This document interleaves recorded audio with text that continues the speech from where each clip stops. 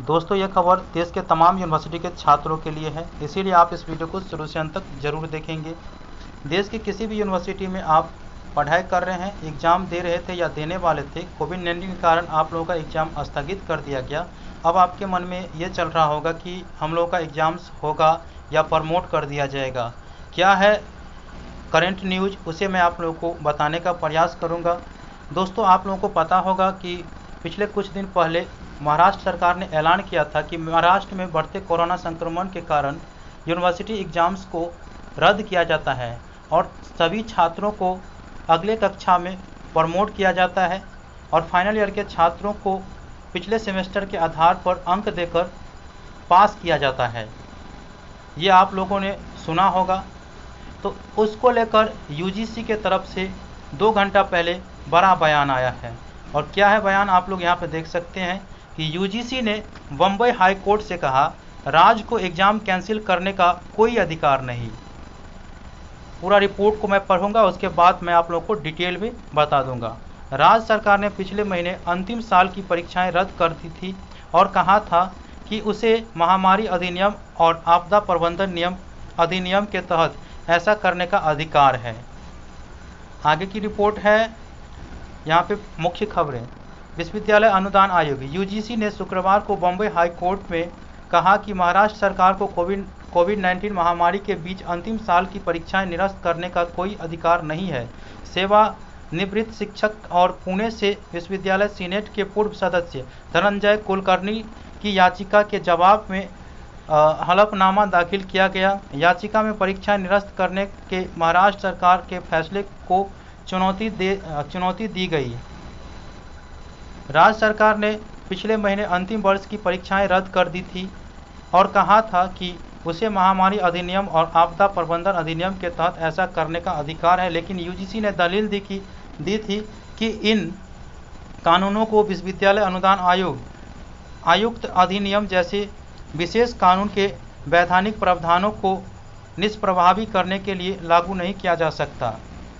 आगे की रिपोर्ट है, अगली सुनवाई के लिए 31 जुलाई की तारीख तय।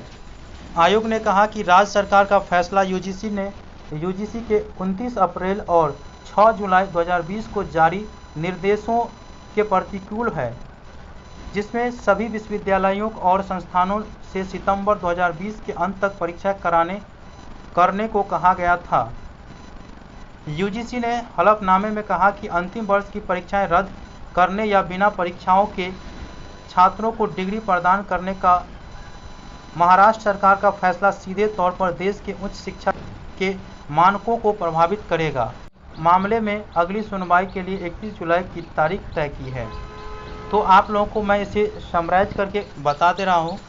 दोस्तों कुछ दिन पहले महाराष्ट्र सरकार ने ऐलान कर दिए कि फाइनल ईयर के छात्रों का एग्ज़ाम्स नहीं लिया जाएगा, उनके पिछले सेमेस्टर के आधार पर उन्हें पास कर दिया जाएगा। लेकिन यूजीसी इसे नहीं मानती है। यूजीसी का कहना है कि हम फाइनल ईयर के छात्रों का एग्ज़ाम्स लेंगे ही लेंगे, चाहे कुछ भी हो जाए। राज्य सरकार का ये जो अधिकार है वो नहीं है।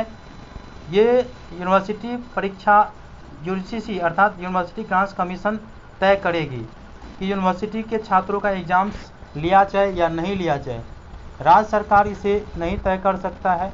तो राज्य सरकार कहते हैं कि ये मैं कोरोना महामारी जो आपदा है उसके अधिनियम से मैं फाइनल ईयर के छात्रों को प्रमोट करने का ऐलान किया। तो दोस्तों इसके हिसाब से मैं आप लोगों को कह सकता हूँ कि राज्य सरकार जितना भी चाह ले फाइनल ईयर के छात्रों को प्रमोट करना, लेकिन ऐसा संभव नहीं होगा।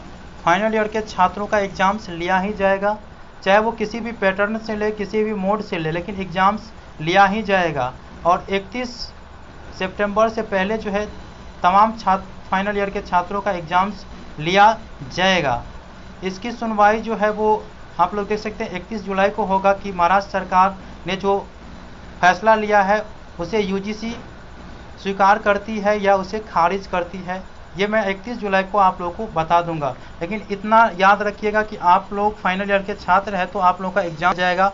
और फर्स्ट ईयर सेकेंड ईयर के छात्रों के लिए जो है अभी तक कोई ऐसा प्रावधान नहीं किया गया है। और यूजीसी कह रहे हैं कि जो है उन्हें प्रमोट भी किया जा सकता है या एग्ज़ाम्स भी लिया जा सकता है। एग्ज़ाम्स ओपन बुक सिस्टम से भी लिया जा सकता है, ऑब्जेक्टिव भी लिया जा सकता है।